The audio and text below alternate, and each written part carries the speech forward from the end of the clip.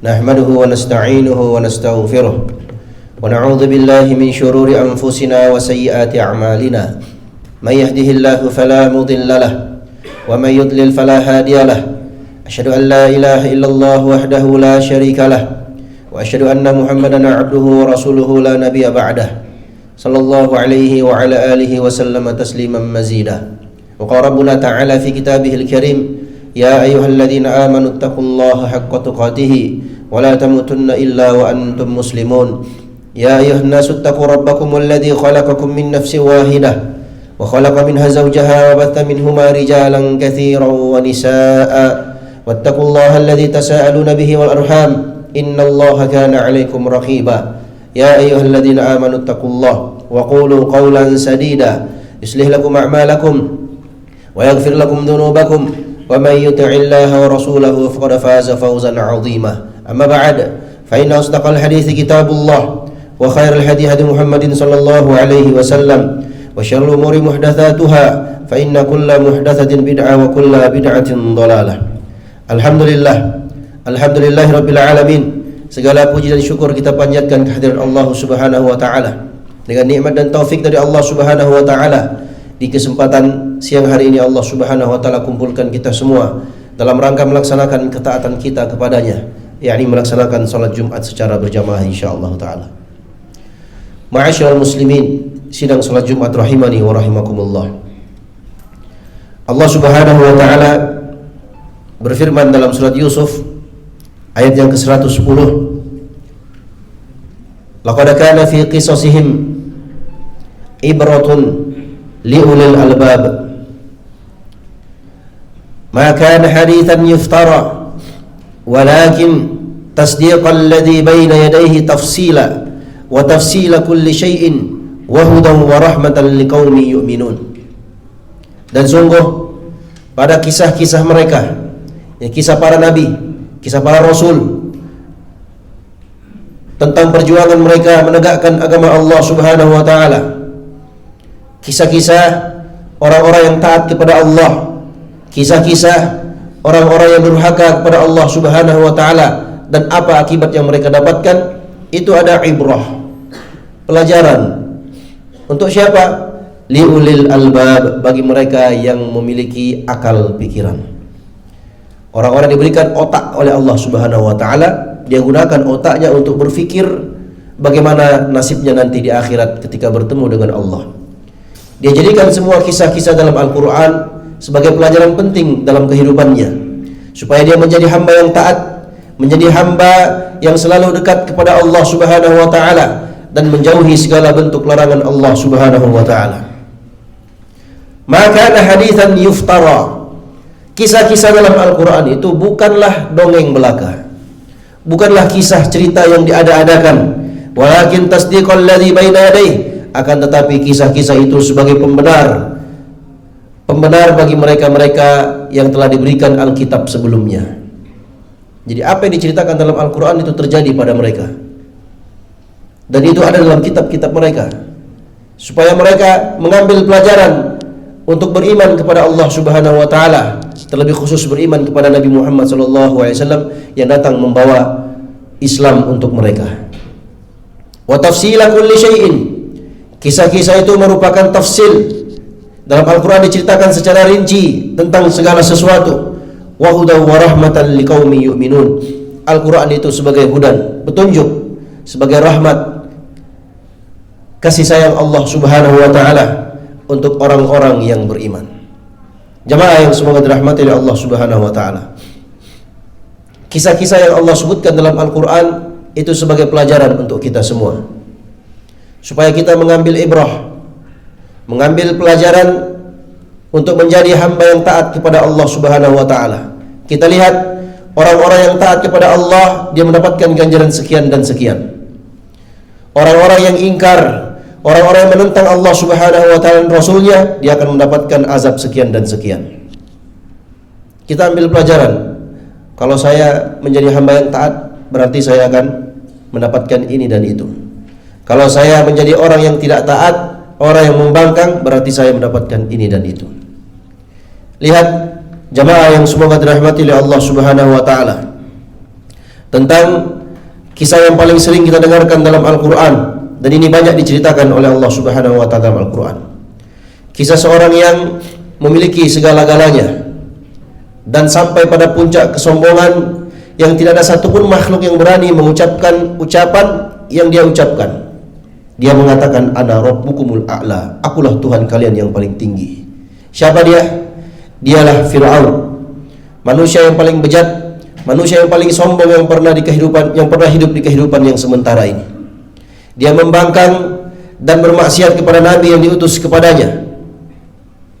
Apa yang terjadi jamaah yang semoga dirahmati oleh Allah Subhanahu wa Ta'ala? Allah Subhanahu wa Ta'ala sebutkan dalam surat Yunus ayat 90. Hatta idza adrakahul gharaq qala amantu annahu la ilaha illa alladhi amanat bihi banu Israil wa ana minal muslimin. Subhanallah. Ketika dia sudah melihat ombak yang sangat besar dan akan menenggelamkan dirinya dan bala tentaranya, barulah dia mengatakan, amantu, aku beriman, annahu la ilaha illa alladzi amanat banu Israil, bahwasanya tidak ada Tuhan yang berhak disembah kecuali Tuhan yang disembah oleh Bani Israel.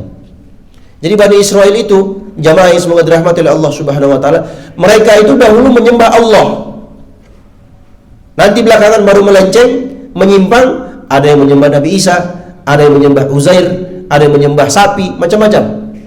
Jadi mereka dahulu itu menyembah Allah Subhanahu wa Ta'ala. Orang-orang yang lurus dari kalangan Bani Israel, para pengikut setia Nabi Musa alaihissalam, kemudian dilanjutkan di generasi Nabi Isa alaihissalam. Fir'aun mengakui setelah dia melihat azab depan matanya, dia tahu tidak ada yang mampu menyelamatkan dia kecuali Allah. Dia mengatakan, amantu, aku beriman. Beriman annahu la ilaha illalladzi amanat bihi banu Israil. Aku beriman kepada Tuhan yang tidak ada yang berhak disembah kecuali Tuhan yang disembah, yang diimani oleh Bani Israel. Wa ana minal muslimin, dan aku termasuk orang yang berserah diri menjadi orang Islam dia. Tapi telat jamaah. Dia sudah melihat azab depan matanya, baru dia mau bertaubat kepada Allah. Makanya di antara syarat taubat yang disebutkan oleh para ulama, di antara syarat taubat nasuha, taubat yang tulus, yang diterima oleh Allah Subhanahu wa Ta'ala, syarat yang kelima adalah dia bertaubat sebelum pintu taubat ditutup oleh Allah. Kapan pintu taubat itu ditutup? Pintu taubat ditutup oleh Allah dengan dua perkara. Yang pertama, idza tala asy-syamsu min maghribiha, ketika matahari muncul dari tempat tenggelamnya. Masih lama, kita nggak tahu kapan terjadinya kiamat itu. Itu tanda besar kiamat. Belum terjadi kiamat, tapi tanda besar kiamat. Yang paling dekat apa? Malam yugorgir, selama hamba itu belum yugorgir, belum berbunyi tenggorokannya, menandakan dia akan mati sebentar lagi. Sakaratul maut, kematian sudah berada depan matanya, jamaah yang semoga dirahmati oleh Allah Subhanahu wa Ta'ala. Fir'aun itu mengejar Nabi Musa alaihissalam dan pengikutnya itu di tengah Laut Merah. Laut itu dibelah oleh Allah Subhanahu wa Ta'ala. Mereka ikut dengan niat ingin membunuh Nabi Musa alaihissalam dan orang-orang beriman yang bersama dengan beliau waktu itu. Apa yang terjadi? Jamaah yang semoga dirahmati oleh Allah Subhanahu wa Ta'ala.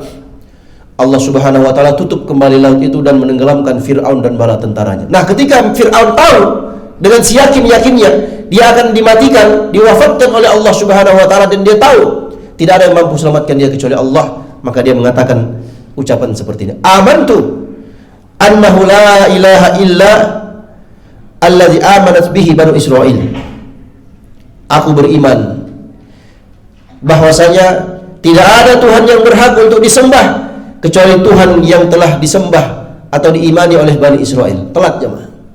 Nah, Allah musta'an. Allah Subhanahu wa Ta'ala sudah kirim Nabi Musa alaihissalam kepada Fir'aun. Makanya ketika dia mengucapkan hal tersebut, Allah Subhanahu wa Ta'ala berfirman, al-ana wa qad asaita qablu. Sekarang baru kau mau beriman. Sebelumnya kau bermaksiat kepadaku.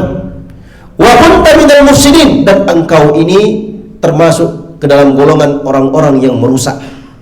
Fir'aun itu perusak, jamaah. Kalau kita melihat perbuatan orang-orang Yahudi di zaman kita sekarang ini yang menzalimi saudara-saudara kita di Palestina atau di tempat-tempat yang lainnya, itu belum ada apa-apanya dibandingkan apa yang dikerjakan dan dilakukan oleh Fir'aun. Diumumkan ke seluruh pelosok negeri, bayi manapun yang lahir, bayi laki-laki yang lahir itu harus dibunuh. Semua bayi laki-laki dibunuh karena dia mendapatkan mimpi akan dibunuh atau dikalahkan oleh seorang bayi yang akan lahir sebentar lagi. Ternyata bayi yang dimaksud itu adalah Nabi Musa alaihissalam. Dan Allah selamatkan Nabi Musa alaihissalam sampai besar dan mendakwahkan kebenaran, mengajak Fir'aun untuk kembali kepada Allah Subhanahu wa ta'ala. Jamaah yang semoga dirahmati oleh Allah Subhanahu wa ta'ala, pelajaran apa yang bisa kita ambil? Bayangkan kekayaan, pangkat, jabatan, tentara, kekuasaan itu dimiliki oleh Fir'aun waktu itu. Kita punya apa? Kita nggak punya apa-apa, jemaah. Orang yang seperti itu saja ditenggelamkan, dihancurkan oleh Allah Subhanahu wa ta'ala sekejap mata, langsung hilang, ditenggelamkan di laut. Qarun, orang yang diberikan harta yang banyak oleh Allah Subhanahu wa ta'ala, dia menyombongkan dirinya di hadapan hamba-hamba Allah. Dia mengatakan, innama utituhu ala ilmin indi, aku dapatkan harta itu karena ilmu yang ada padaku. Subhanallah. Sombong dia. Dia menyombongkan diri dari kebenaran. Dia lupa harta, pangkat, jabatan, dan semua nikmat yang dia rasakan itu sebenarnya datangnya dari Allah Subhanahu wa ta'ala. Apa yang terjadi, jemaah? Fa khasafna bihi wa bidarihil ard, kami tenggelamkan dia beserta rumahnya yang berisi harta yang banyak itu ke dalam bumi. Fa ma kana lahu min fi'atin yansurunahu wa ma kana minal muntasirin. Ternyata yang tadinya banyak orang membangga-banggakan Qarun, ketika dia ditenggelamkan oleh Allah Subhanahu wa ta'ala, tak ada seorang pun di antara mereka yang mampu menolong Qarun. Tenggelam beserta hartanya, dan dia tidak termasuk ke dalam golongan orang-orang yang ditolong oleh Allah. Ada yang ditenggelamkan di laut, ada yang ditenggelamkan di bumi, ada yang dikirim hujan batu, ada yang dibalikkan, ya, bumi di atas, kemudian mereka dihempaskan ke bawah. Ada yang dibinasakan oleh Allah dengan sekali teriakan sehingga mereka mati berantakan. Bahkan jamaah yang semoga dirahmati oleh Allah Subhanahu wa ta'ala, ada di antara mereka yang Allah kirimkan burung, yang burung-burung itu membawa tanah-tanah yang terbakar dari neraka.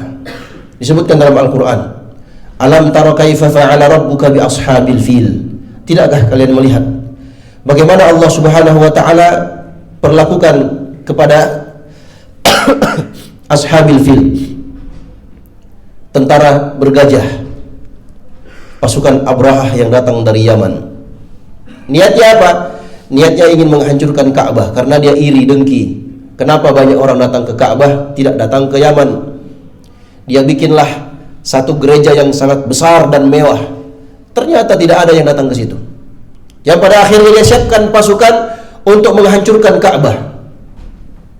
Apa yang terjadi, jamaah? Begitu dia sampai di tempat yang telah dijanjikan oleh Allah Subhanahu wa ta'ala, maka Abu Talib berkomunikasi dengan Abraha. Kalau kau ingin hancurkan rumah ini, maka sesungguhnya rumah ini laharok, ada pemiliknya, ada Tuhannya. Ini ada pemiliknya, dialah Allah Subhanahu wa ta'ala. Sedangkan ana Rabbul Ibil, kata Abu Talib, sedangkan aku ini hanya pemilik onta saja. Nah, sebentar, saya ambil onta-ontaku, setelah itu silahkan kau lakukan apa yang kau inginkan, dan kau akan dapatkan apa yang engkau lakukan akibat dari perbuatanmu. Apa yang terjadi, jamaah? Alam tara kaifa fa'ala rabbuka bi ashabil fil alam yaj'al qaidahum fi tadlil. Bukankah kalian melihat Allah jadikan makar-makar mereka dalam kesesatan? Wa arsala alaihim tayran ababil, Allah Subhanahu wa taala kirimkan kepada mereka tayron ababil. Ababil itu adalah sifat, bukan nama burung, tapi sifat burung. Ababil itu datang berbondong-bondong berjamaah. Tarmihim bihijaratin min sijil. Burung-burung itu melempar mereka dengan bebatuan yang panas dari api neraka. Faja'alahum ka'asfim ma'kul. Kemudian Allah jadikan mereka bagaikan daun-daun yang dimakan ulat. Habis semuanya, berantakan jemaah. Pelajaran, orang-orang yang ingin merusak, yang ingin menghancurkan agama Allah, Allah akan balas dia. Ingat, jemaah yang semoga dirahmati oleh Allah Subhanahu wa taala, sehebat apapun makar orang-orang yang ingin berbuat jahat terhadap Islam, pasti Allah binasakan dia. Pasti itu. Itu sudah sunnatullah. Sehebat apapun makarnya, wa makarullah wallahu khairul makirin. Mereka ingin berbuat makar terhadap agama Allah, Allah sebaik-baik pembuat makar. Allah balas makar mereka. Pelajaran yang bisa kita ambil, mari kita berada di barisan orang-orang yang taat kepada Allah. Jangan berada di barisan orang-orang yang durhaka kepada Allah Subhanahu wa taala. Orang-orang yang berada di barisan orang-orang yang taat kepada Allah, insya Allah dia akan mendapatkan kebahagiaan di dunia yang sementara ini dan di akhirat yang kekal selama-lamanya. Dan orang-orang yang berada di barisan orang-orang yang durhaka kepada Allah Subhanahu wa taala, dia akan mendapatkan kesengsaraan, kecelakaan, kebinasaan di kehidupan yang sementara ini dan di kehidupan akhirat yang kekal selama-lamanya. Barakallahu li wa lakum fil Qur'anil azim wa nafa'ani wa iyyakum bima fihi minal ayati wa dzikril hakim. Aqulu qawli hadza wa astaghfirullah li wa lakum wa lisairil muslimina min kulli dhanbin innahu huwal ghafurur rahim.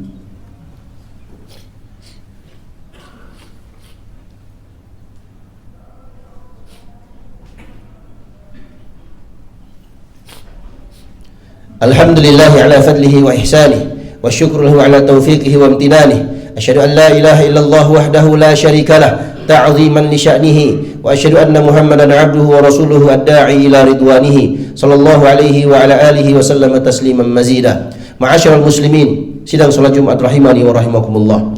Dalam sebuah hadis yang sahih, Rasulullah sallallahu alaihi wasallam bersabda, "Kullu ummati yadkhulunal jannah illa man aba." Setiap umatku, maksudnya ummatul ijabah. Umat Nabi SAW itu terbagi menjadi dua. Ada ummatul ijabah, ada ummatul dakwah.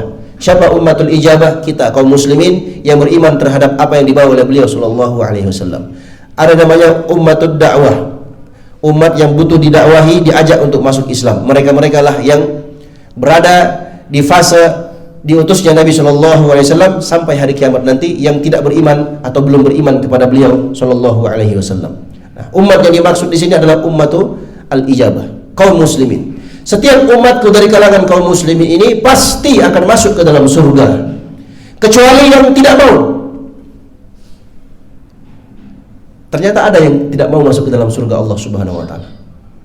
Maka para sahabat bertanya-tanya, mereka heran, "Ya Rasulullah, man ya'ba?" Ya Rasulullah, siapa mereka yang tidak mau masuk surga itu? Kok aneh ada orang yang tidak mau masuk surga? Subhanallah. Dengarkan jawaban Nabi SAW. Kata beliau, "Man ata'ani dakhalal jannah, wa man asani faqad aba." Barang siapa yang taat kepadaku, maka dialah yang akan masuk ke dalam surga. Barang siapa yang bermaksiat kepadaku, maka dialah yang enggan untuk masuk ke dalam surga. Bagaimana cara kita taat kepada Rasul sallallahu alaihi wasallam? Tasdiquhu fi ma akhbar. Membenarkan apa yang dikabarkan oleh beliau sallallahu alaihi wasallam. Ta'atuhu fi ma amar. Mentaati apa yang beliau perintahkan.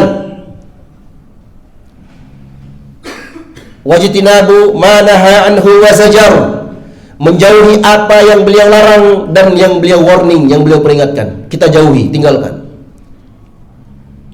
Wa alla yu'badullahu illa bima syara'ah. Dan kita tidak menyembah dan beribadah kepada Allah kecuali dengan syariat yang telah digariskan, dicontohkan oleh beliau sallallahu alaihi wasallam, alias mengikuti, ittiba, mengikuti, mencontoh apa yang telah dicontohkan oleh Nabi sallallahu alaihi wasallam dalam beragama Islam. Mereka-mereka inilah yang nanti akan dimasukkan oleh Allah Subhanahu wa taala ke dalam surganya.